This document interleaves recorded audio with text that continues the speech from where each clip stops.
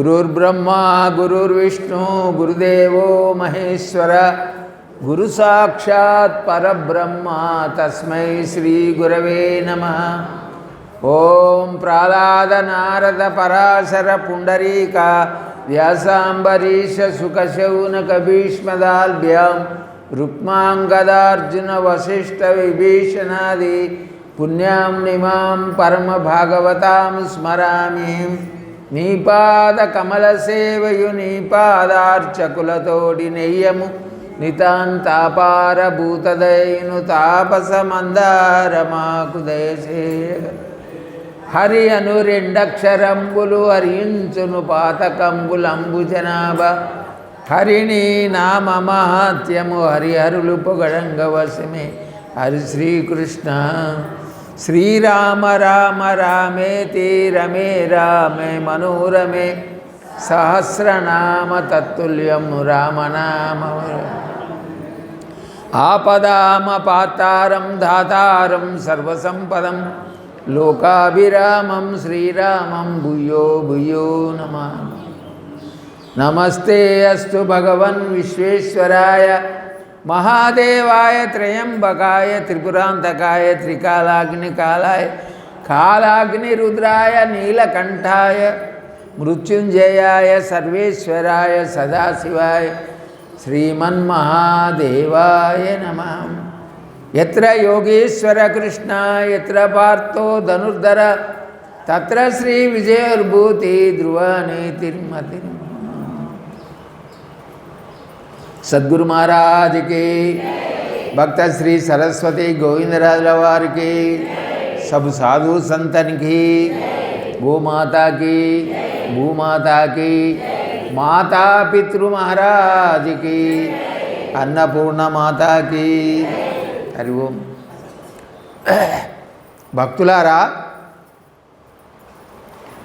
భగవత్ కృప చేత, పెద్దల అనుగ్రహం చేత మనమందరం ఈరోజు పరమ పవిత్రమైనటువంటి ఏకాదశి. ఏంటిది?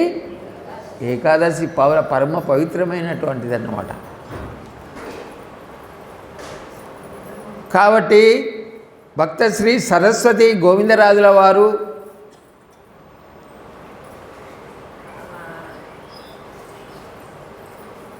ఈ యొక్క నామప్రచారం, కలియుగంలో నామప్రచారం చేయడానికి 1000 గ్రామాలు తిరిగి అన్ని రాష్ట్రాలలో, ఇతర రాష్ట్రాలలో తిరిగి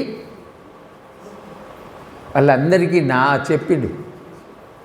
ఏం చెప్పిండయ్యా అని అంటే, పెద్ద పెద్ద విషయాలు చెప్తే ఈ కలియుగం లోపట మాయలో ఉన్నారు కాబట్టి వీళ్ళకి అర్థం కాదని, సులభమైనటువంటిది, సుఖకరమైనటువంటిది, అందరికీ అనుకూలమైనటువంటిది, ఎవరికి ఇబ్బంది లేనటువంటిది సాధన చేసి దానివలన భక్తి ముక్తి. ఏంటిది? భక్తి ముక్తి. మంచిగా హాయిగా అందరూ కూడా ముక్తి పొందవచ్చు భగవంతుని మీద. దానికి 2 మార్గాలు చెప్పాడు, సులభమైనటువంటిది. ధర్మ ప్రవర్తన, భగవత్ చింతన. అందరూ అనండి, ధర్మ ప్రవర్తన, భగవత్ చింతన. ఈ 2 విషయాలను ఎవరైతే పట్టుకుంటారో వాళ్ళందరూ కూడా తరిస్తారు. అంటే దీని అర్థం ఏంటి అంటే, తినేదే తినాలే, తాగేదే తాగాలి. అంటే తినరాంది తినకూడదు, తాగరాంది తాగకూడదు, ధర్మంగా ఉండాలి. మళ్ళా భగవంతుణ్ణి చింతించాలి. భగవంతం అంటే, భగవంటే పాపం. ఏ పాపాన్ని లేకుండా చేసేటువంటి వాడు భగవంతుడు. ఆయన ఎప్పుడు కూడా ఉంటాడు. లోకాతీతుడు, గుణాతీతుడు, కర్మాతీతుడు, అన్నిటికీ అతీతుడు, అందరికీ సమానంగా ఉంటాడు. భగవంతుడు ఎట్లా ఉంటాడు? అందరికీ సమానంగా ఉంటాడు. సమం సర్వేషు భూతేషు తిష్టంతం పరమేశ్వరం వినచ్చంతం యా పశ్యతి సపశ్యతి అని చెప్తున్నాడు. సమం సర్వేషు భూతేషు, అందరిలో సమానంగా, అంతటా జడం చైతన్యం ఏదన్నా కానీ కాక పంచభూతాలు అన్నింటికి కూడా అతీతంగా ఉండి అన్నిటిలో ఉండి ఈ విధంగా పరమాత్మ అనేటువంటి వాడు మనకు సులభంగా దొరుకుతాడు కలియుగంలో కూడా. ఎందుకంటే మాయ అనేటువంటిది గొప్పది. దేవుని తర్వాత ఈ సృష్టి లోపల ఏది పెద్దది బలమైంది అంటే మాయ. ఎందుకు మరి ఈ విషయం అర్థం కాదు అంటే మమత.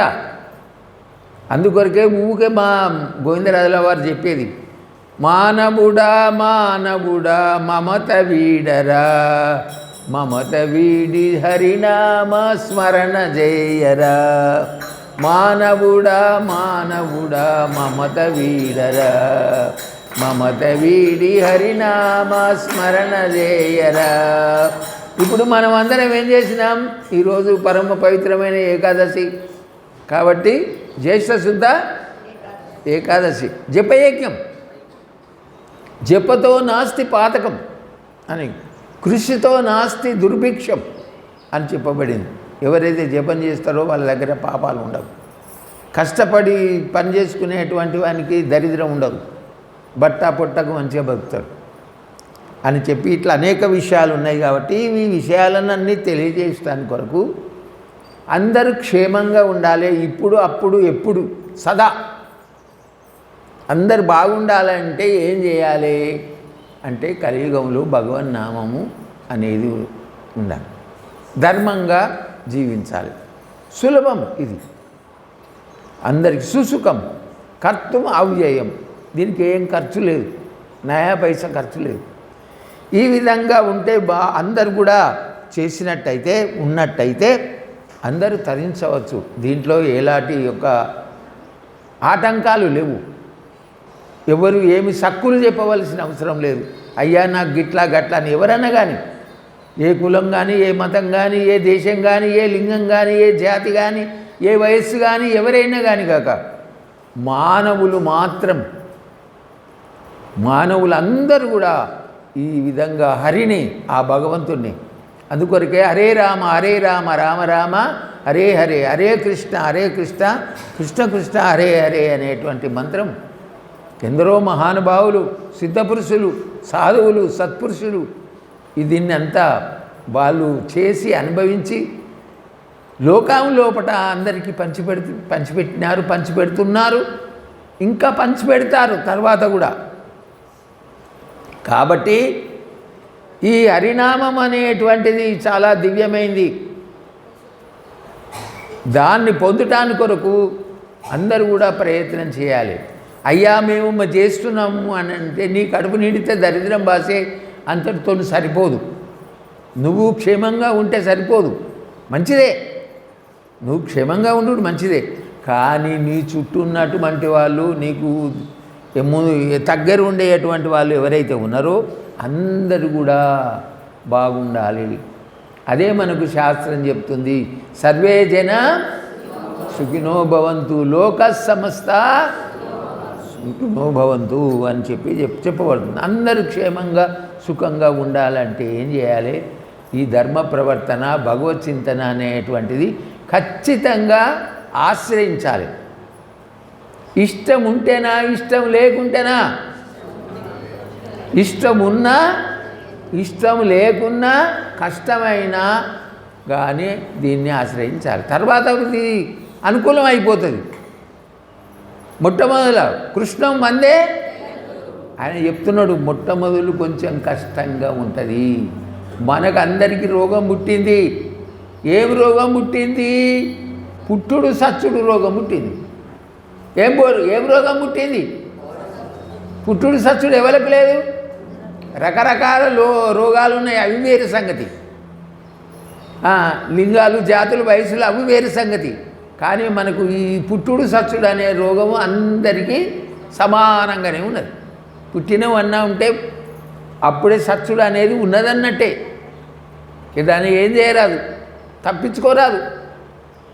దాన్ని తప్పించుకోవాలి అంటే భగవంతుణ్ణి ఆశ్రయించడమే, శరణాగతి కావడమే.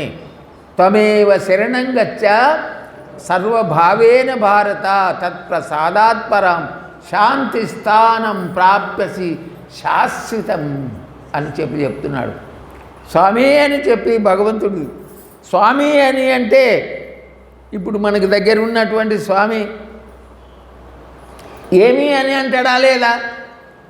స్వామి అంటే దగ్గర ఉన్నటువంటి స్వామి అని మనం పిలిచినాం, స్వామి అని పిలిచినాం అంటే అప్పుడు ఏమంటాడు? ఏమి అని అంటాడు. అట్టనే భగవంతుడు అంటున్నాడా లేదా? మనకు వినస్తలేదు, మనం భావన చేస్తలేము. ఆయన వింటాడు, ఆయనకి ఇవన్నీ తెలుసు. ఏంటిది అని అంటే ఆయన ఉంటేనే నువ్వు స్వామి అని పిలిచినావు. ఆ శబ్దం ఎట్లా వచ్చింది నీకు నోటి నుంచి? ఇతలకి ఎట్లా శబ్దం వచ్చింది? శవం చేస్తుందా? శవం దేవుణ్ణి పిలుస్తుందా? ఏదైనా పనులు చేస్తుందా? జడం. మరి ఈ శరీరంలో ఎవడుంటే స్వామి అని అన్నావు అంటే దేవుడు ఉంటే, భగవంతుడు ఉంటేనే మనం స్వామి అని పిలిచినాం. కాబట్టి అటువంటి దాన్ని శరణాగతి అనేటువంటిది చాలా ముఖ్యం. దేవుని దగ్గరే ఎలాంటి అహంకారం పనికిరాదు. వ్యవహారంలో వేరు, కానీ భగవంతుని దగ్గర మాత్రం ఎలాంటి అహంకారం అనేటువంటిది పనికిరాదు. అహంకార విమూఢాత్మ కర్తాహమితి మన్యతే. అహంకారం కలిగినటువంటి వాడు నేను చేస్తేనే పచ్చబడుతుంది, ఇదంతా అయింది, ఇది సంతానం నాకు కలిగింది, ఈ ధనము ఇది అని చెప్పి అన్నిటికీ అని అంటాడు. కాదు, నీ లోపల ఎవడుంటే చేసినావు అనే బుద్ధి ఉండాలి. మనలో ఎవడుంటే అన్నం తిన్నాం, మంచినీళ్ళు తాగినాం, ఎవడుంటే అన్నం అరుగుతుంది అనే బుద్ధి ఉండాలి. ఆ పంటను వండించిన వాడెవడు? బుధమ్మ, పరమాత్మ. ఈ పంచభూతాలు వలన మనకి ఇవన్నీ దొరికినాయి. పృథ్వపు తేజో వాయురాకాశ, ఈ పంచభూతాలు వీటి వలన మనకి ఇవన్నీ దొరుకుతున్నాయి. అన్నము, గాలి, ఇదంతా మొత్తం. ఏమన్నా బిల్లు కడుతున్నావా? కరెంటుకు బిల్లు కడుతున్నావు. మరి నీ ముక్కుల గాలికి ఏమన్నా బిల్లు కడుతున్నావా? ముక్కుల గాలి రోజుకు అందరికీ రోజు సమానమేనా? ఎక్కువ తక్కువ ఉన్నాయా గంటలు? అందరికీ ఎన్ని గంటలు ఉన్నాయి రోజుకు? 24 గంటలు. 24 గంటలకు మనము ఎన్నిసార్లు ఉచ్ఛ్వాస నిశ్వాస తీస్తున్నాం? ముక్కుతోని గాలి చెప్పాలి. గాలి ఉచ్ఛ్వాస నిశ్వాస తీసేటోళ్ళు చెప్పాలి. అది మహారాజు చెప్పిండు దాంట్లో శాస్త్రం. 21,600 సార్లు ఏమంటున్నాడు? నార్మల్గా అంటే బెడిఫిషరీ అది ఇది లేకుండా అవన్నీ ఉంటే కొంచెం ఎక్కదక్క ఉంటుంది, అది వేరు. కానీ మామూలుగా ఉన్నాయంటే 21,600 సార్లు ప్రతి వాళ్ళకి అవసరం, నార్మల్. అయితే మనము నిద్రపోయినా కానీ ఆగుతుందా? అదంతా నడిపిస్తున్నాడు ఆటోమేటిక్గా భగవంతుడు. 24 గంటలు నడిపిస్తున్నాడు. మనం యాది ఉంచుకున్నా యాది లేకున్నా మర్చిపోయినా ఎప్పుడైనా నిద్రలో మర్చిపోతున్నాం. మనం నిద్రలో ఉండుకున్న గురి కొడుతున్నాం, కలగంటున్నాం, కానీ మనకు ఏది లేదు. ఎక్కడ పనుకున్నామో దేశము, కాలము, లింగము, జాతి, వయసు ఇవన్నిటితోని ఏ సంబంధం లేకుండా మనం హాయిగా 24 గంటల్లో అందరం అనుభవిస్తున్నాం.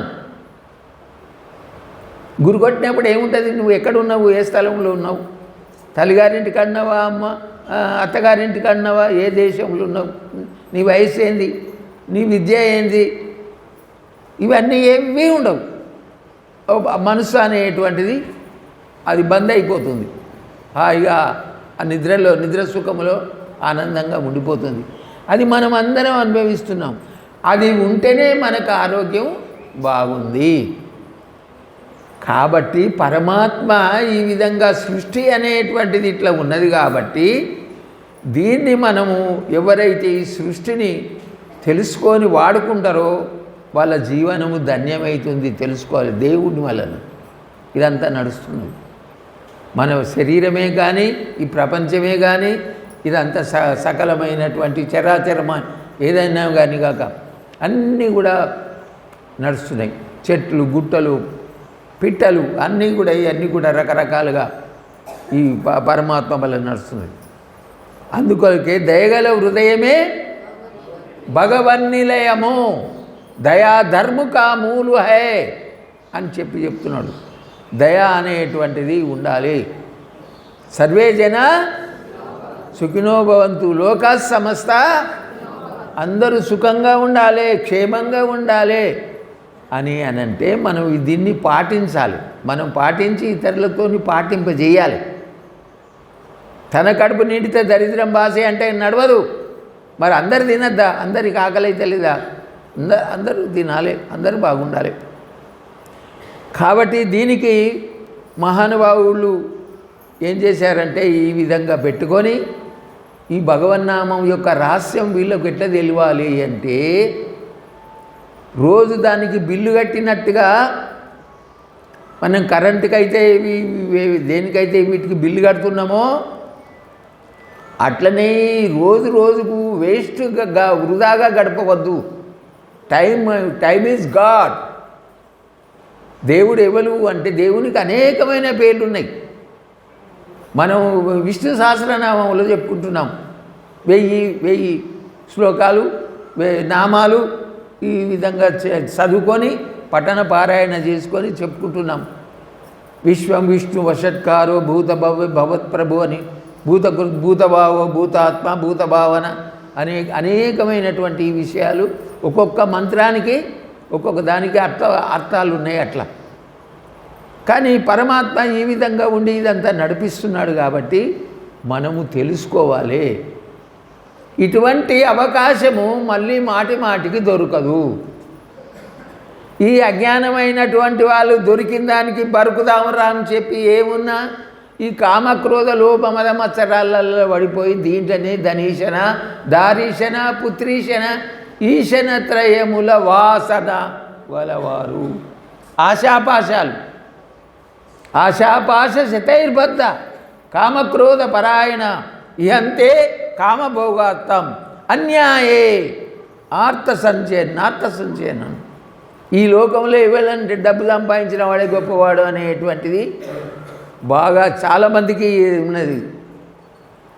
ధనంబని కలువరించెదవు, ధనము నీకు బంధనమగురా, ధనము కొరకు నీ తనయులు సైతము తన్నగవచ్చును చూడుమురా.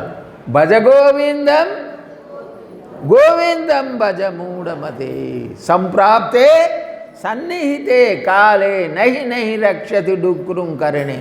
మరే నాయనా అని జగద్గురు శ్రీ శంకరాచార్యుల వారు చెప్తున్నారు. మహానుభావుడు, అతడు అవతార పురుషుడు, మహానుభావుడు. నా ఏవి కూడా నిన్ను కాపాడు, ఒక్క భజ గోవిందం నిన్ను కాపాడుతుంది. గోవిందనామం, గోవిందనామ సంకీర్తన గావించి కటవాంగద దరిత్రీవుడు కైవల్యంబును చూరగొనెను తొల్లి 2 గడియల లోపల. ఆ గోవింద అనేటువంటి నామ సంకీర్తన చేసి 2 గడియల లోపల కైవల్యం అంటే మోక్షాన్ని పొందాడు. అటువంటిది ఆ నామం అంత గొప్పది. శ్రీ శుక్ల వారు చెప్తారు, భాగవతాన్ని వింటున్నాడు. ఎవరు? పరీక్షిత్ మహారాజు అంత గొప్పవాడు, ఎంత అదృష్టవంతుడో. ఆయన వింటున్నాడు, బాగా వింటున్నాడు. కాలాన్ని మర్చిపోయి, శరీరాన్ని మర్చిపోయి, కాలాన్ని మర్చిపోయి, అన్నీ మర్చిపోయి వింటున్నాడు. సప్తాహం 7 రోజులు వింటున్నాడు. దివారాత్రాలు చక్కగా జాగ్రత్తగా విని శ్రవణ మననాలు చేస్తూ చక్కగా వింటున్నాడు. ఆయన చెప్తున్నాడు, అంతా చెప్పిండు. పాపం చెప్పి ఇట్ట చెడిపోతుండు. అప్పుడు చెప్తున్నాడు లాస్ట్కు, నాయనా ఈ విషయం మర్చిపోకు, భయపడకు అని మీరందరూ అనండి. ఏను అంటే నేను, ఏను మృతుండనవుదునని ఇంతయు భయంబు మనంబు లోపలన్ మానము సంభవము గల మానవులకెల్లను సావునిక్కమవు గాన హరిందలంపుమిక కలుగదు జన్మము నీకు దాత్రిపై మానవనాథ పొందెదవు మాధవలోక నివాస సౌఖ్యముల్. ఎంత అద్భుతంగా ఉన్నది ఇది. ప్రతివారు కూడా జ్ఞాపకం ఉంచుకోవాలి. ప్రాణం పోయేటప్పుడు ఆ నారాయణ్ణి వాసుదేవ గోవింద రామరామ అని చెప్పి కృష్ణ కృష్ణ శివ శివ. రంగనికి లింగనికి భేదము లేదు. రంగడే లింగడు, లింగడే రంగడు. కాబట్టి ఈ విధంగా ఆ పరీక్షణ్ మహారాజు సులభమైనటువంటిది చెప్పిండన్నమాట. అతన్ని స్మరించు. నువ్వు ఏ బండిలో ఎక్కితే అక్కడికి ఎత్తుకో చేరుతావు. దాడబో సీట్లో కూర్చొని నిద్రపోయినా కానీ నువ్వు నిద్రపోతే బండి ఆగుతుందా? సీట్లో కూర్చున్నావు, నీ సీటు టికెట్ తీసుకున్నావు, సీట్లో కూర్చున్నావు. మళ్ళీ టైం కాగానే వాళ్ళు చెప్తారు, ఇగో వచ్చింది స్టేషన్ వచ్చింది దిగిపో అని చెప్తారు. అదేవిధంగా పరమాత్మను మనం అట్లా ఆశ్రయించినట్టయితే నువ్వు అక్కడికే పోతావు. ఇప్పుడు రామ అనగానే పోతాడు వైకుంఠం పోతాడు. అక్కడ హాయిగా సుఖంగా క్షేమంగా ఉంటాడు. దీంట్లో ఎలాంటి సందేహం లేదు. అయ్యా అదంతా మీరు చెప్పేదంతా నిజమే, కానీ మేము అందరి తరిక కాదు, అన్నీ తప్పులే. తెల్లారు లేచిందంటే పొద్దుగు కదా దేవుణ్ణి మర్చిపోతాము, అన్నీ తప్పులే చేస్తుంటాము. ఎవరన్నా బాగుపడతారు, కానీ నేను బాగుపడేది నమ్మకలేదయ్యా. అది నీకేపటికే చెప్తున్నా కానీ మంది ముంగట చెప్తలేను, కానీ గిట్ల ఉన్నది ఏం చేయాలనయ్యా, సంసారం గిట్ల చేస్తుంది అని చెప్పి పాపం వాళ్ళు అప్పుడప్పుడు చెప్పుకుంటారు. నమ్మకగలిగిన వ్యక్తులతోని అప్పుడప్పుడు చెప్పుకుంటారు. అంటే ఈ మాయ అనేటువంటిది భగవంతుని నమ్మనిస్తలేదు. అదే God is forget is great sin అంటే ఇంగ్లీష్లో చెప్తున్నాడు, దేవుణ్ణి మర్చిపోవడము అన్ని పాపాల కంటే గొప్ప పాపము. దేవుణ్ణి మర్చిపోవడం గొప్ప పాపము. నువ్వు ఎన్ని పాపాలు అన్న చేసినావు అనుకో, మహాత్ముడు ఒక చోట రాసి పెట్టిండు, కళ్యాణ సాధనలో రాసి పెట్టిండు. పాపాలకు బలం ఉంటుందా, భగవంతుని నామానికి బలం ఎక్కువ ఉంటుందా? చెప్పండి. ఇది బాగా విచారించుకొని చెప్పాలి. పాపాలు బోలెడన్నీ ఉన్నాయి, తెలిసి తెలియక, పూర్వజన్మ కర్మ కావచ్చు, తెలియక కావచ్చు, సోపతి వలన కావచ్చు, ఇతరులు అనేక కారణాల వలన, కాలం కర్మ ఇవన్నిటి చేత ఎన్నిటి చేతను పొరపాట్లు తప్పులు చేస్తుంటారు. కానీ దీనికి ఉపాయం ఏంటి? మందు అంటే భగవన్నామం అని, భగవంతుని ఆశ్రయించడం, భగవంతుని నమ్మడం. అయితే ఈ పాపానికి ఎక్కువ బలం ఉంటుందా, భగవంతుని నామానికి ఎక్కువ బలం ఉంటుందా? ఏది గెలుస్తుంది?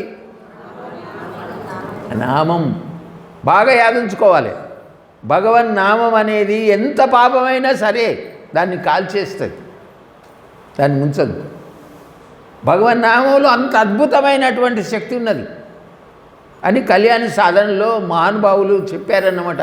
నామం అంటే ఉత్తుత అది కాదు, ఏదో ఉత్తుత పేర్లు కాదు, వ్యవహారం కాదు, సత్యం అది. భగవన్ నామం అనేది దాంట్లో ఏం చెప్పబడింది అంటే, రాముని కంటే రామనామము గొప్ప. రాముడు గొప్పనా? రామనామము గొప్పనా? రామనామం. ఒక్కొక్కరికి సేవ చేస్తామని అంటే, రాముణ్ణి సేవ చేస్తామని అంటే అవకాశాలు దొరుకుతలేవు, ఇస్తలేరు. మరి ఏం చేయాలి? మూల కూర్చున్నాడు, రామ రామ అని చెప్పని చేసుకుంటూ కూర్చున్నాడు. ఇవాళ దాకా మనంగా